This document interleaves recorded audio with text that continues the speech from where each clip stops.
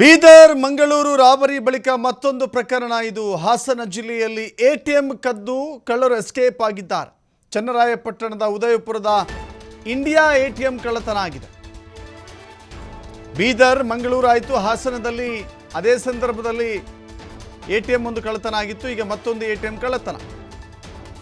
ಎಟಿಎಂನಲ್ಲಿದ್ದಂಥ ಲಕ್ಷಾಂತರ ರೂಪಾಯಿ ಹಣವನ್ನು ಕಳ್ಳತನ ಆಗಿದೆ ಎನ್ನುವ ಮಾಹಿತಿ ಸಿಗ್ತಾ ಇದೆ. ರಾಷ್ಟ್ರೀಯ ಹೆದ್ದಾರಿ ಪಕ್ಕದಲ್ಲೇ ಇದೆ ಈ ಇಂಡಿಯಾ ಎಟಿಎಂ. ರಾಷ್ಟ್ರೀಯ ಹೆದ್ದಾರಿ ಪಕ್ಕದಲ್ಲೇ ಇದೆ, ಬೆಂಗಳೂರು ಮಂಗಳೂರು ರಾಷ್ಟ್ರೀಯ ಹೆದ್ದಾರಿ. ಹಾಸನ ಜಿಲ್ಲೆಯಲ್ಲಿ ಎರಡನೇ ಬಾರಿ ಎಟಿಎಂ ಕದ್ದೊಯ್ದಿದ್ದಾರೆ ಖದೀಮರು.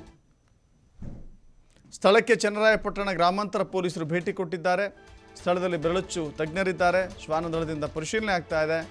ಗ್ರಾಮಾಂತರ ಪೊಲೀಸ್ ಠಾಣೆಯಲ್ಲಿ ಈ ಪ್ರಕರಣ ದಾಖಲಾಗಿದೆ.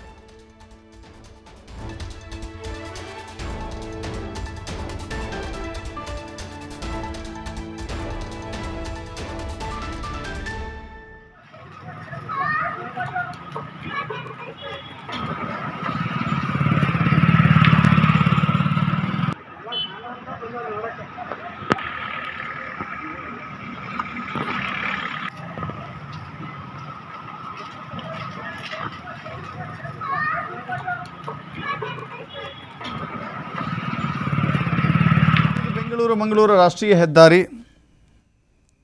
ಹೆದ್ದಾರಿಗೆ ಅಂಟಿಕೊಂಡ ರೀತಿಯಲ್ಲಿಯೇ ಇದೆ. ಉದಯಪುರ, ಚನ್ನರಾಯಪಟ್ಟಣ ತಾಲೂಕು ಉದಯಪುರ, ಅಲ್ಲಿ ಜನನಿಬಿಡ ಪ್ರದೇಶ ಕೂಡ ಅದು. ದಿನದ 24 ಗಂಟೆಯೂ ಕೂಡ ಆ ರಸ್ತೆಯಲ್ಲಿ ವಾಹನಗಳು ಸಂಚಾರ ಮಾಡ್ತಾ ಇರುತ್ತೆ.